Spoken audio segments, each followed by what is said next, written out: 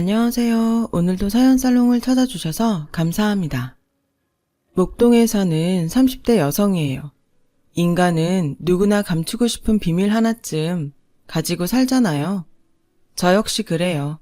저에게는 남모를 과거가 있거든요. 태어나자마자 시설에 버려진 저는 어린 시절 내내 고아원 아이라 불리며 살아야 했어요. 저에게 상처를 입혔던 건 철없는 아이뿐만이 아니었죠. 어른들과 심지어 담임 선생님들까지도 수시로 저에게 상처를 주었거든요. 말 한마디, 싸늘한 시선조차도 저와 같은 아이들에겐 비수가 되어 가슴에 꽂힌다는 걸 알면서도 말이죠. 부모가 없다는 건 나를 지킬 최소한의 방어막조차 없는 것과 같았어요.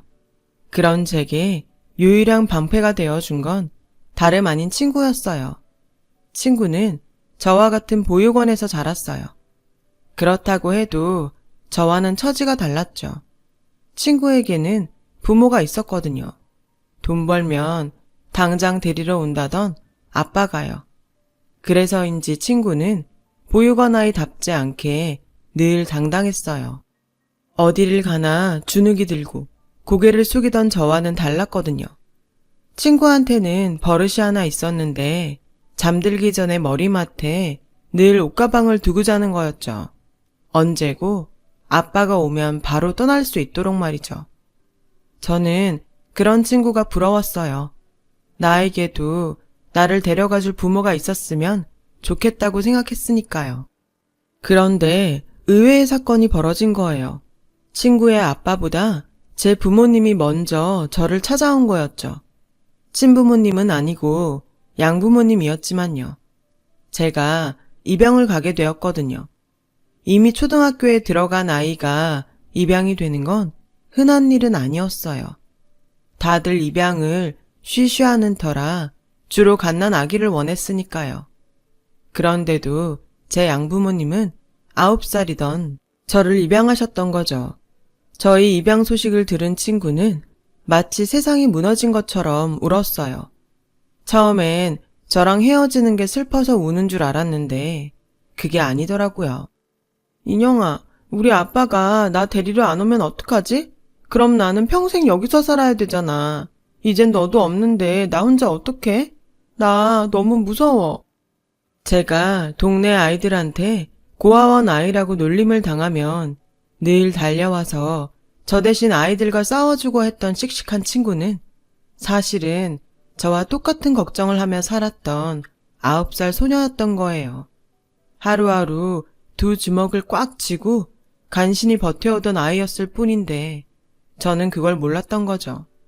하긴 고작 9살짜리 어린 아이가 강하면 얼마나 강하겠어요.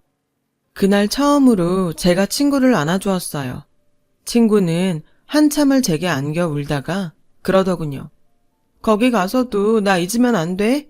내 이름 절대 잊으면 안 돼. 알았지? 친구의 이름은 김순영이었어요. 저는 절대로 잊지 않겠다고 약속했지만 솔직히 자신은 없었어요. 내심 이곳을 나가면 내가 시설에서 살았던 아이라는 걸 아무도 모르게 지워버리고 싶었으니까요. 하지만 도저히 친구 앞에서 그 말을 할 수 없었어요. 내가 너를 잊을 거라는 말을요. 그건 너무 잔인한 짓이니까요. 원장님은 저를 따로 원장실로 불러 몇 번이나 당부하셨어요. 파양 당하지 않게 잘해야 돼. 너도 알지? 내 또래 아이들은 입양되는 게 쉽지 않다는 거. 저도 잘 알고 있었어요. 보육원에서 9년을 살면서 초등학생 언니 오빠들은 퇴소를 할 나이까지 쭉 이곳에서 살았던 걸 봐왔으니까요. 저는 그렇게 되고 싶지 않았거든요. 저를 입양한 양부모님은 두 분 모두 교사였어요. 아빠는 고등학교 수학 선생님이었고 엄마는 초등학교 선생님이었죠. 두 분은 아이를 가질 수 없어서 저를 입양하게 되었다고 했어요. 양부모님께는 미안한 얘기지만 저는 속으로 다행이라고 생각했죠. 만약 양부모님한테 자식이 있었다면 제가 입양될 일은 없었을 테니까요. 양부모님은 부자는 아니었지만 안정적인 직업 덕분에 저는 부족함 없는 지원을 받으며 잘할 수 있었어요. 그토록 꿈꾸던 평범한 삶을 살 수 있게 된 거죠. 입양이 되면서 많은 게 변했어요. 일단 성이 바뀌었죠. 김인영에서 강인영으로요. 단지 성만 바뀌었을 뿐인데도 제 인생은 많은 게 달라졌어요. 난생 처음 제 방을 갖게 되었고, 책장 가득 동화책이 있었고, 제 옷장도 생겼죠. 옷장에는 제 옷들로 가득 차 있었어요. 보고도 믿기 힘들 정도로 가득이요. 평범한 가정의 아이가 된다는 건 이런 거구나 생각했죠. 바뀐 건 그것뿐만이 아니었어요. 입양이 되고 처음 맞은 어린이날에는 선물도 받고 놀이동산에도 갔거든요. 내 옆에 든든한 부모님이 계시니까 더 이상 그 누구도 저를 불쌍한 고아원 아이로 보지 않았어요. 부모님이 옆에 계시니 사람들 앞에서 주눅들 이유도 없었고요. 그래서 저는 이 행복을 깨지 않기 위해 철저히 과거를 숨기고 살기로 했어요. 친한 친구들조차도 제가 입양하라는 사실을 모를 정도로 꼭꼭 숨겼죠. 하루는 아빠가 그러시더라고요. 사람에게는 누구나 감추고 싶은 비밀이 있어. 네가 입양된 사실을 숨기고 싶다면 엄마랑 아빠도 그렇게 해줄게. 저는 말없이 고개를 끄덕였어요. 그리고 그날부터 제가 입양된 사실을 아는 모든 사람들은 입을 다물어 주었죠. 양가 할머니, 할아버지와 이모, 고모, 삼촌들까지 모두요. 그렇게 저는 새롭게 태어났어요. 새로 전학 간 학교에서는 친구도 사귈 수 있었어요. 부모님은 뭐 하시냐는 친구 부모님의 물음에 두 분 다 학교 선생님이라고 당당히 말할 수도 있었죠. 그 말에 저를 보는 친구 부모님의 표정이 한층 부드러워지더군요. 그 순간 쾌감 같은 걸 느꼈어요. 고아에서 하루아침에 저 높은 곳으로 신분이 상승된 것 같았거든요. 그러면서도 한편으로는 세상이 참 간사하다는 생각도 했어요. 고아원에 살 때나 양부모님 집에 살 때나 나는 똑같은 나일 뿐인데 배경에 따라 다른 취급을 당했으니까요. 이래서 부모 없는 자식이 세상에서 가장 불쌍하다고 하는구나 했죠. 그러거나 말거나 전학 간 학교에도 어느 정도 적응도 됐고 방과 후에는 친구들과 떡볶이를 사 먹는 소소한 재미도 알게 되었어요. 친구들처럼 피아노 학원도 다니고 보습 학원도 다니게 되었죠. 친구들은 학원에 다니는 걸 싫어했지만 저는 그 반대였어요. 학원에 다닌다는 건 마치 내가 부모가 있는 아이라는 걸 인증받는 것 같았거든요. 날 위해 기꺼이 돈을 써주는 부모님이 있다는 증거니까요. 그래서 좋았어요. 그렇게 저는 초중고 시절을 보내고 대학에 입학했어요. 양부모님처럼 교사가 되고 싶어서 K대 영어교육학과에 들어갔죠. 소위 말하는 명문대에 입학을 하고 보니 양부모님도 좋아하셨지만 무엇보다 제 입양을 반대했었던 친할머니가 무척 좋아하셨어요. 당신 아들을 닮아 제가 똑똑한 거라며 그제야 저를 손녀딸로 인정하시더군요. 친할머니의 손녀딸이 되기 위해 죽어라 공부한 건 아니었지만 내 힘으로 인정받았다는 사실에 약간의 성취감도 느낄 수 있었어요. 대학을 졸업한 다음 해에 저는 임용고시에 붙어서 교사 임용이 되었어요. 지금의 남편과는 고시생 시절에 노량진 학원가에서 만나 사귄 지 3년 만에 결혼을 하게 되었고요. 물론 남편과 시댁에는 제가 입양하라는 사실은 비밀로 했어요. 어차피 가족 외에는 제 과거를 아는 사람은 없었기 때문에 굳이 말할 필요가 없다고 생각했거든요. 세상에 비밀은 없다는 걸 그때 알았다면 그러지 않았을 텐데 말이에요. 남편은 여고에서 수학교사로 근무하고 있어요. 아빠랑 전공이 같아서 그런지 장인과 사위가 그렇게 친할 수가 없어요. 시험 문제 출제 기간이 다가오면 서로 정보도 공유하는 것 같더라고요. 그럴 때마다 엄마랑 제가 소외감을 느낄 정도라니까요.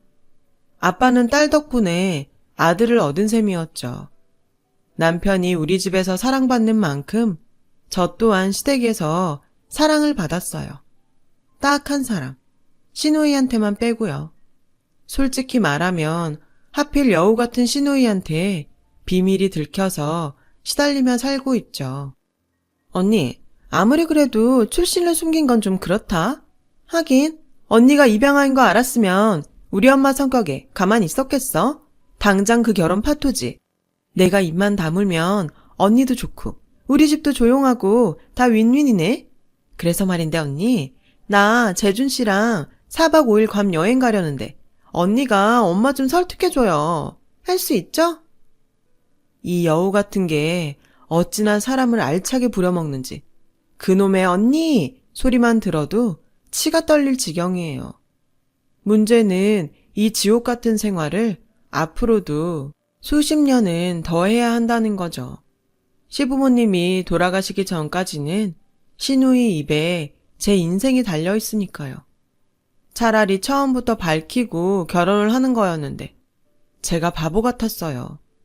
그런데 사람이 죽으란 법은 없다더니 의외의 복병이 생겼지 뭐예요. 어릴 때부터 가문의 영광이라 불리며 엘리트 코스 제대로 밟아 검사까지 된 시동생이 뜬금없이 결혼을 하겠다며 여자를 데려왔는데 그 여자가 글쎄 화류계 출신이라지 뭐예요. 시누이 말로는 강남에서 유명한 템프로였다는 소문도 있고 홍대 유명 클럽 마담이라는 소문도 있는 여자였죠.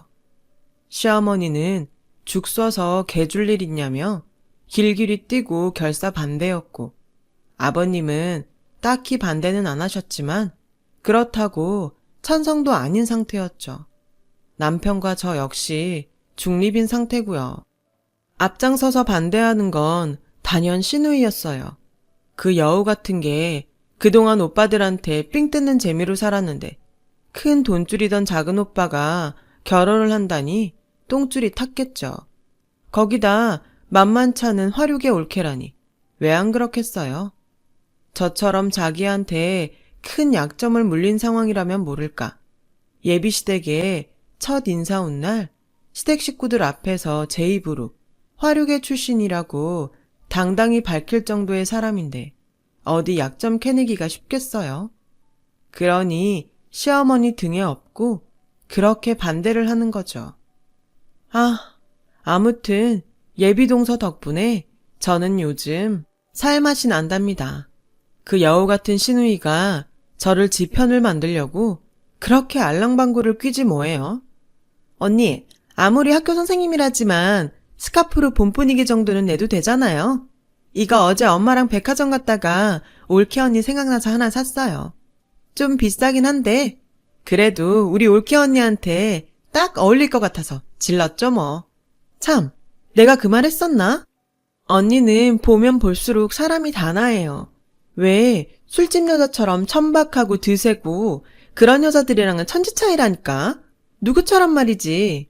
그래서 말인데 언니도 그 여자 반대죠? 아주 생전 안 하던 선물 공세까지 해가며 살살 녹이는데 이래서 남편이랑 시동생이 그렇게 시누이한테 지갑을 털려왔구나 싶더라니까요.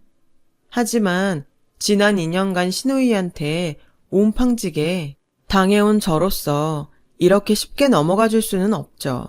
이참에 저도 어느 쪽이 나한테 유리한지 계산기 좀 튕겨봐야겠다고 생각했어요.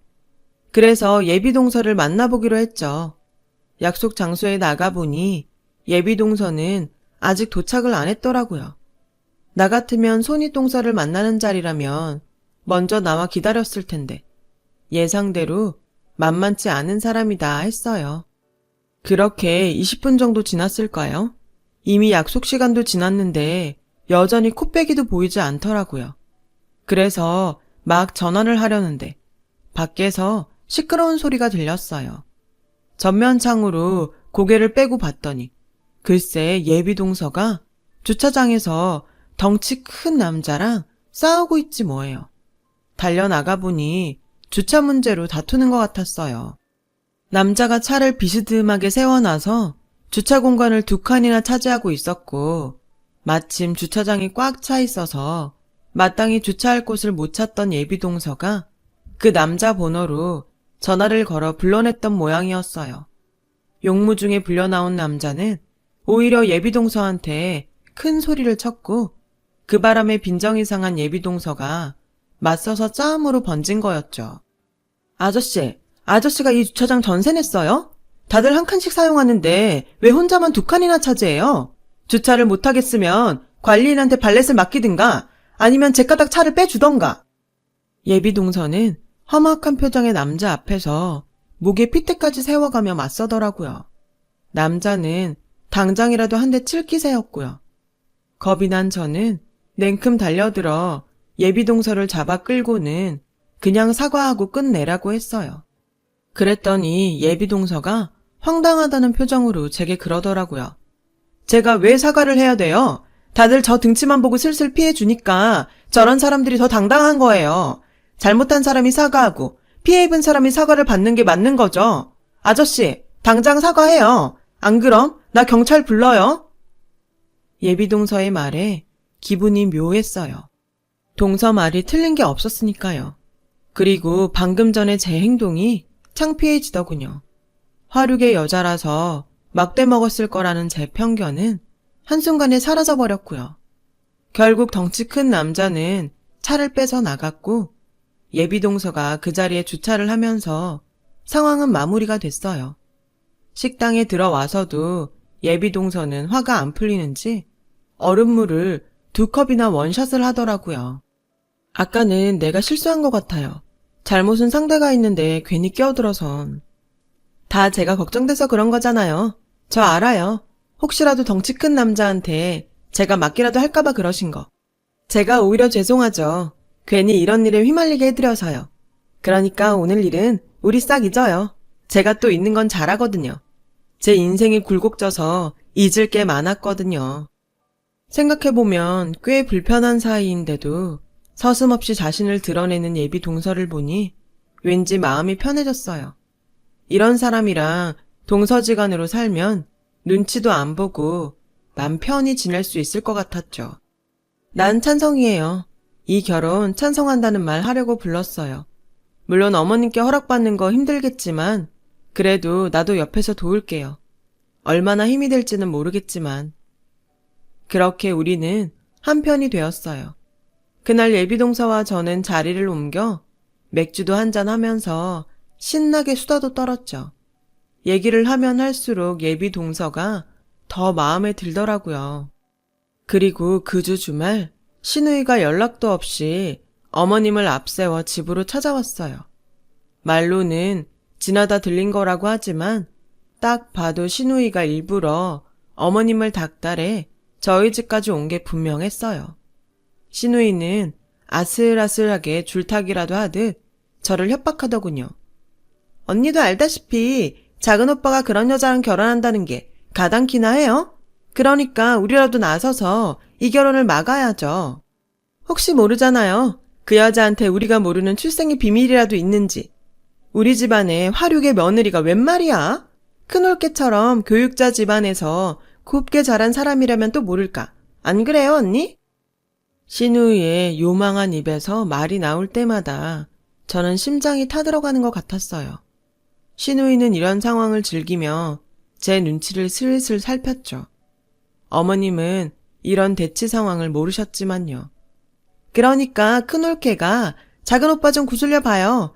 작은 오빠가 언니 말이라면 잘 듣잖아요. 그래 줄 거죠? 그러겠다는 제 대답을 듣고서야 신우이는 어머님을 모시고 돌아갔어요. 그날 밤 저는 잠을 이룰 수 없었어요. 마음은 예비동서한테 가 있지만 제가 살자면 신우이 쪽에 붙어야 하니까요. 마음을 정하지 못한 채 시간은 흘렀고 그러던 어느 날 시동생이 전화를 했더라고요. 오랜만에 맥주 한잔 하자고요. 만나기로 한 호프집으로 가보니 시동생과 예비동서가 와 있었어요. 예비동서는 제 손을 덥석 잡으며 반갑게 절 맞아주더군요. 이 사람한테 얘기 들었어요. 형수님이 저희 결혼 도와주신다고 했다고. 고맙습니다, 형수님.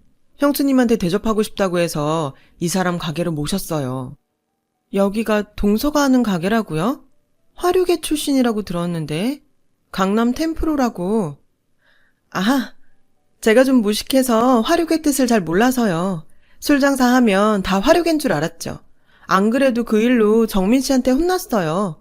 괜히 그딴 소리를 해서 어머님이 오해하신다고. 그 바람에 결혼 반대까지 하신다고요. 보다시피 작은 호프집 하나 하고 있어요. 형이랑 아버지는 여기 와보셨어요. 아버진 종종 들러서 맥주 한 잔씩 하고 가신다더라고요. 이 사람이 사람을 끄는 매력이 있거든요. 저도 그 매력에 끌려서 이렇게 됐고. 시동생이 예비동서를 만나게 된 건 검사가 되고 맡은 첫 재판에서 패소한 날이었대요. 평생 수재소리만 듣고 살았던 시동생한테는 첫 실패가 꽤 썼던 모양이에요. 딱히 불러낼 친구도 없을 정도로 앞만 보고 달렸던 시동생은 발길이 닿는 대로 걷다가 이 가게에 들어서게 되었고, 예비 동서가 혼자 술을 마시는 시동생 말벗이 되어주었던 거죠. 처음 만난 사이인데도 마치 전부터 알고 지내던 사이인 것처럼 편하게 대화를 나눌 수 있었대요. 툭툭 내뱉는 예비 동서의 말 한마디에 왠지 위로를 받을 수 있었다더군요. 형수님도 아실 거예요. 저 연수원 시절부터 어머니 등살에 내노라는 집안 여자들이랑 선봤던 거요. 다들 예쁘고 똑똑하고 집안도 좋았죠. 근데 제가 원하는 결혼 생활은 따로 있었어요. 형이랑 형수가 연애하던 시절부터 결혼해서 사는 지금까지 저 다 봤잖아요. 친구처럼 스스럼 없이 다투고 서로 기대면서 살아가는 모습 보면서 나도 저렇게 살고 싶다고 생각했어요. 적어도 집에서만큼은 내 모습 그대로 편하게 살고 싶거든요. 순영이랑은 그렇게 살 자신이 있어요. 전 그동안 참고 감추고 티 안 내고 사는데 익숙했는데 이 사람은 다르거든요. 형수님도 아시겠지만 순영이는 솔직한 사람이잖아요. 사귀기로 한 첫날 저한테 그러더라고요. 자긴 어려서 아빠한테 버림받고 시설에서 자랐다고요. 데리러 온다는 말만 믿고 늘 머리맡에 옷가방을 싸놓고 기다렸는데 시설을 나가는 날까지도 오지 않았대요. 억울한 마음에 만나서 욕이라도 실컷 해주려고 정착급 받은 걸로 흥신소에 맡겨서 찾았대요. 얼마나 잘 사나 보려고 찾아가 봤더니 대장암 말기로 오늘 내일 하고 계셨대요. 아버님은 죽을 날 받아놓고 딸내미 찾는 게 미안해서 연락을 안 하셨던 거고요. 만나고 한 달도 안 돼서 아버님은 돌아가셨고 순영인 다시 혼자가 됐고요. 이 호프집이 아버님이 하시던 가게예요. 시동생이 얘기를 듣고 참을 수가 없었어요. 그동안 잊고 살았던 그 이름이 떠올랐거든요. 내 어린 시절 유일하게 방패가 되어주었던 내 친구 순영이가요. 나도 모르게 눈물이 흘렀어요. 제 모습에 놀랐는지 예비동서는 놀란 얼굴로 무슨 일이 있냐고 묻더군요. 저는 예비동서의 얼굴을 찬찬히 살폈지만 솔직히 어린 시절 순영이의 얼굴은 찾을 수 없었어요. 너무 오랜 시간이 흘렀고 그동안 애써 잊으려고 했었기에 선명하게 그 얼굴이 떠오르지 않았거든요. 순영이니? 김순영? 천사보육원에 살던 순영이 맞아? 나야 김인영. 나 기억나? 울먹이는 저를 바라보던 예비동서에 얼굴이 움찔거렸어요. 그러더니 이내 닭똥 같은 눈물을 뚝뚝 흘리며 저를 덥석 안았죠. 그 순간 예비동서와 저는 9살 김인영과 김순영으로 돌아가 한참을 꺽대며 울었어요. 자신을 잊지 말아달라던 순영이도 기어이 잊으려고 노력하던 김인영도 25년이 지난 지금 서로를 알아보지는 못했지만 결국 이렇게 만나게 된 거예요. 그날 이후 우리는 25년 전 오전 그대로 돌아갔어요. 그리고 저는 그동안 제가 감추고 살아온 출생의 비밀을 남편과 시동생한테 털어놓았죠. 꽤 충격을 받을 줄 알았지만 남편과 시동생은 의외로 덤덤하더라고요. 오히려 말 못한 채 마음에 담고 사느라 힘들었겠다고 위로를 해주었어요. 그런 반응이 허탈하면서도 고맙더군요. 문제는 시부모님이었죠. 어떻게 말을 해야 하나 며칠을 고민하는데 시누이가 전화를 했더라고요. 언니, 실망이에요. 언니 요즘 그 여자랑 놀고 다닌다면서요? 어떻게 언니가 나한테 이래? 어떻게 내 뒤통수를 칠 수가 있냐고. 알죠? 내가 입만 뻥긋하면 평탄하게 흘러가던 언니 인생에 똥물 튀는 거. 나 가만 안 있을 거야. 각오해요. 그 순간 결심이 섰어요. 이래주구나 저래주구나 마찬가지인데 죽을 때 죽더라도 못된 시누이 손에는 절대 죽지 않겠다고요. 그래서 시댁으로 달려갔어요. 갑작스런 제 방문에 어머님은 무슨 일 있냐고 물으시더군요. 그런 건 아니고 드릴 말씀이 있어서 찾아왔다고 말씀드렸어요. 그리고는 떨어지지 않는 입으로 얘기를 시작했어요. 이제서야 말씀을 드려요. 사실 저는 지금 부모님께 9살 때 입양이 됐어요. 그 전까지는 보육원에서 자랐고요. 온몸에 힘을 주고 또박또박 말씀을 드리는데 어머님이 제 손을 잡으셨어요. 아가, 그 얘기를 하면 괜찮다. 네가 어디서 자랐으면 어떠니? 우린 다 알고 널 며느리로 들였는걸. 상견례 전에 안사돈이 찾아오셨더라. 네가 부모님을 만나 어떻게 자라왔는지. 사진이랑 네가 쓴 편지들을 보여주시며 네가 어떤 아이인지 다 얘기해 주셨어. 사랑받고 자란 아이였더라. 그거면 됐지 않니? 어디서 자랐든 그게 뭐가 중요하니? 네가 이렇게 바르게 자랐다는 게 중요한 거 아니겠어? 그러니까 힘든 얘기 안 해도 된다. 이렇게 널 힘들게 할 줄 알았다면 진작 얘기할 걸 그랬구나. 괜찮다, 아가.